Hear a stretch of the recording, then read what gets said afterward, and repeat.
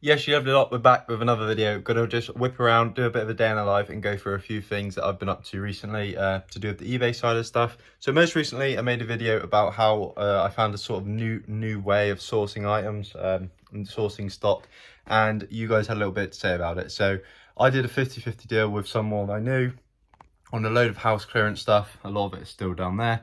And yeah, you guys basically said that isn't a fair deal.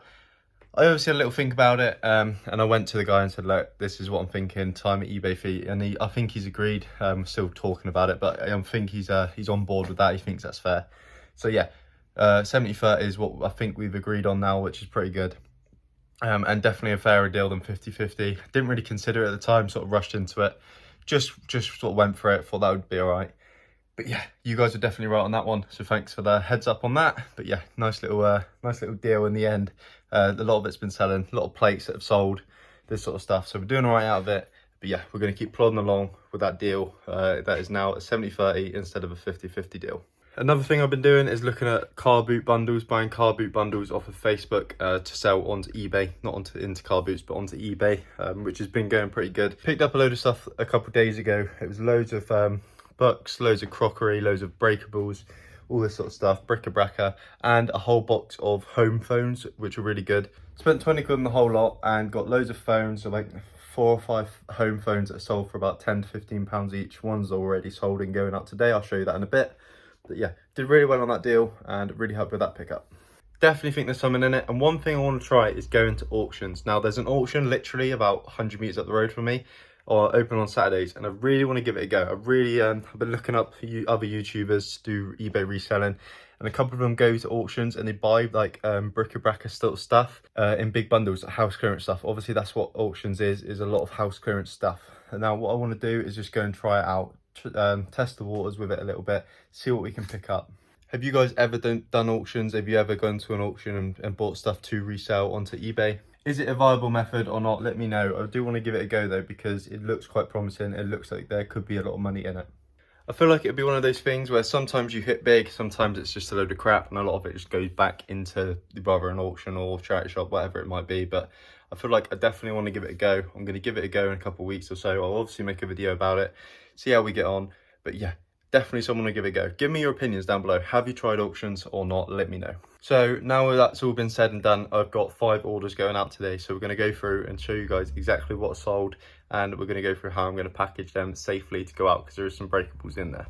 Just been through and picked all our stuff out of these boxes. I've got all these sort of storage boxes. A really good way of doing it, systemizing it. All the SKU numbers are either D as a letter, so A, B, C, D. And obviously all these are labelled as well. Makes it really easy to find stuff. Highly recommend boxing stuff up and skewing it, just to make life easier when you go to find it. Obviously quite a bit of an investment buying these boxes, because they're like 6-7 quid each, but they always hold their value.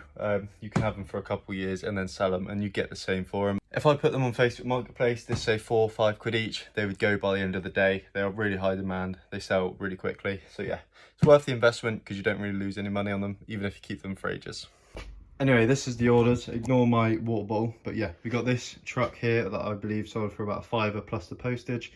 Got that in a toy bundle off Facebook Marketplace for a tenner. Got loads of other stuff to go, so that didn't owe me much, but yeah, nice little flip there.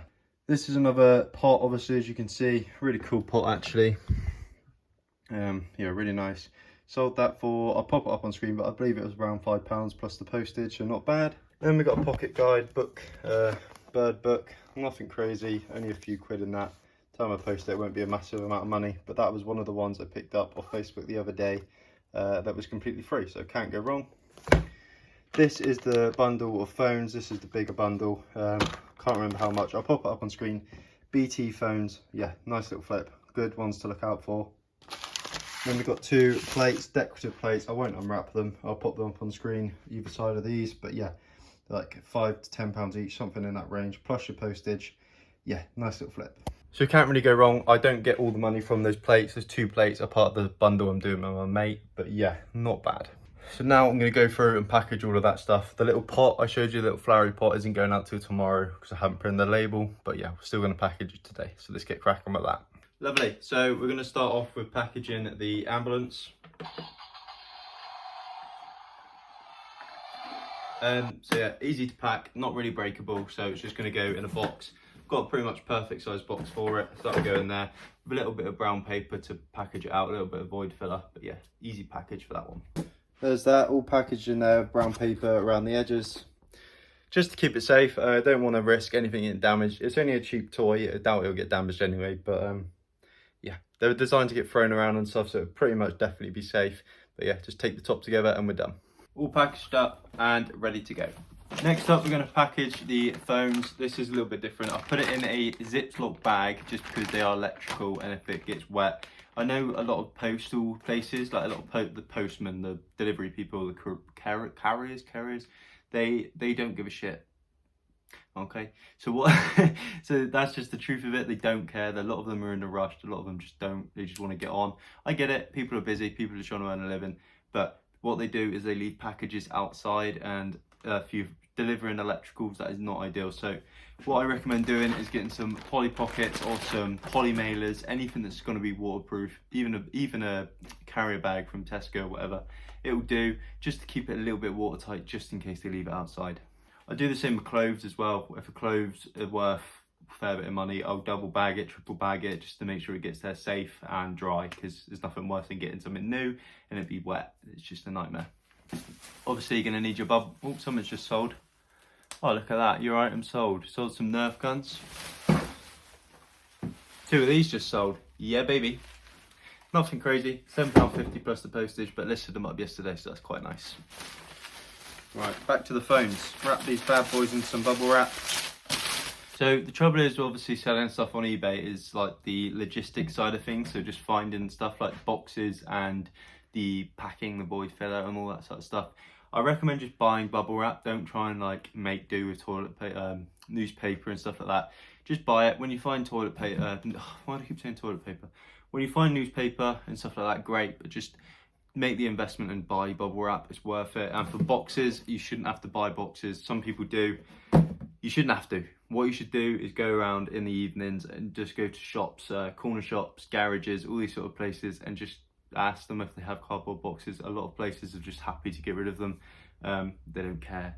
They only go to recycling anyway, right? So they're not losing out. So just go around and ask. It does take a little bit of time. But yesterday I went to post some parcels to at a garage and asked them, and they had like 15 boxes. That'll keep me going for a little while. So it's worth asking. Just every time you go in a shop, ask what they do with their boxes. Do they mind if you take them? That's all tightly packaged in there, and I've just used a layer of bubble wrap as like a blanket over the top, just in case, just as a little bit extra, just to double make sure that's all going to be safe. That's one tip I would give, is don't skimp on the packaging. Like, even if it just takes a little bit longer, costs a little bit more, it's worth it. It's worth just getting your item there safe. Also, the peace of mind as well. There's nothing worse than stressing about an item not getting there or getting there damaged. There's nothing worse, so just take the time to package it well. One thing I've started doing is using fragile tape more often. Fragile tape costs like 50p more than normal tape, so I think it's worth it. If there's even a small chance of something getting broken or whatever, being mishandled, it's worth putting some fragile tape just once around it. 50p extra than a normal roll of tape, so it doesn't cost anything to do it, because obviously you're not going to use it only this. So yeah, it doesn't cost, it costs pennies, and it's for that peace of mind, to make sure your parcel's looked after. I think it's well worth it. Next up, we're going to package the book. The book is pretty easy, and I'll show you exactly how I package a book. So what I do for a book is find a bit of cardboard that is a similar sort of size in height wise, and then what I'll do is I'll just literally just wrap the book in cardboard like that. Make sure there's a little bit of overhang so the book doesn't get damaged. You can see there's like an inch overhang there, and then I'll just tape that up, and then I'll put it in a poly mailer, and that'll keep it safe. The reason why it's a good idea to put it in a poly mailer, again, is just to keep it waterproof. Obviously, if a book gets wet, it's completely done for. So yeah, worth putting in a poly mailer. What I'm now going to do is sort of just fold it down and tape it tight, just so it looks a little bit more presentable. Even though this isn't going out till tomorrow, I am going to package it today, and it's a little bit of an awkward one, but this is how I'm going to do it. Obviously going to bubble wrap the fuck out of it, but I'm going to separate the lid and the pot from itself, just so they don't clang. But yeah, let's get into it. So I've cut myself off a generous bit of bubble wrap and then obviously start by wrapping the lid. I like to keep it separate just to double check that and make sure that they're not going to clang together, because that is how something gets broken. Now the lid's done, let's get into doing the pot itself. Stuff it a little bit if you want to with some bubble wrap, it's pretty much pointless though. And then just wrap it, fully covering it, go around a couple times, and that should really do it. Take that baby together to keep it together and safe.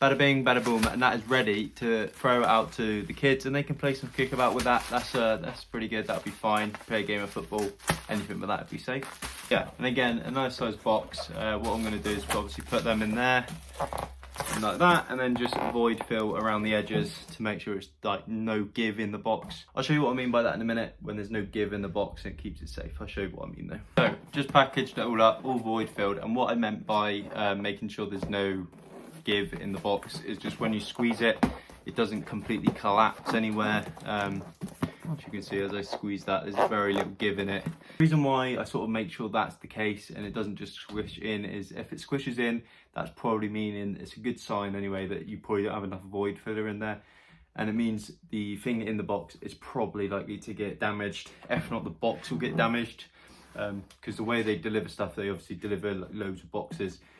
And I've seen them do it. They just scat a big box on top of a small box like this. And if they scat like a 10-kilo box on top of this and it hasn't got that sort of rigidness to it, it will just sort of crush the box.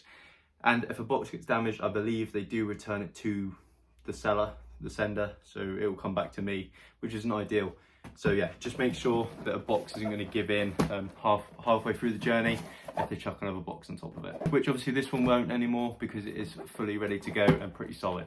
Next up, we have got the plates. These are a little bit awkward to package because they're obviously really thin, but they're quite wide. So you have to find a good sized box. I've got this crisp box, massive, probably way too big. I'm gonna have to cut it down a little bit. It's a little bit of a pain in the ass to package these, but it is what it is. And I'll go through obviously how I do it. So you start off with getting as much bubble wrap as you need. Always do a generous amount and just wrap the fuck out of it. Once it's wrapped, it's not absolutely necessary to tape the bubble wrap, but I always do just to keep it secure and safe. It saves faffing around with it. So as you can see, I've put that in and it's way too big. It only fills about half the box. So what I'm going to do is cut down the box just a little bit longer than I need, and then, well, I'll just show you, shall I? It's like an episode of Blue Peter, isn't it? Cut your box. There you go. So I've cut a little bit off now, a little bit of extra box, and I'm just going to slide that on the inside like that, like so, and then I have myself a smaller box. Obviously got to tape the crap out the back of it and all around these edges here to make sure it doesn't come apart. But yeah, now I have a box that fits any item I want. That'll fit in there, really snug. And then that obviously fits in there really snug, ready to go, and it makes it a lot easier to package, and I don't have to use as much void filler. Just really making sure to tape around all the edges where it might come apart in the travel whilst it's out on delivery. But yeah, just really make sure that's not going to come apart if you do make your own box.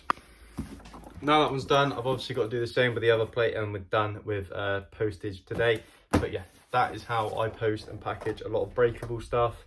What did we have in there? We had a book, we had a breakable stuff, we had a toy, all sorts. So that is how I do it. If I'm doing something wrong, let me know. Give it any tips, I'll massively appreciate it as always. But yeah, that's how I do it. Some time has surpassed and I've been listing stuff. We're trying to just plod through as much of this as possible. As you can see, it's a state, but we're getting through it. Yeah, filled up another box and we're well on our way to being millionaires. Now, that being said, I am going to end the video. If you got something from it, thank you very much. I would stick around, but I don't want to bore you, just me listing stuff all day. So yeah, if you got this far, thanks for watching. Until next time, take care and I'll see you there.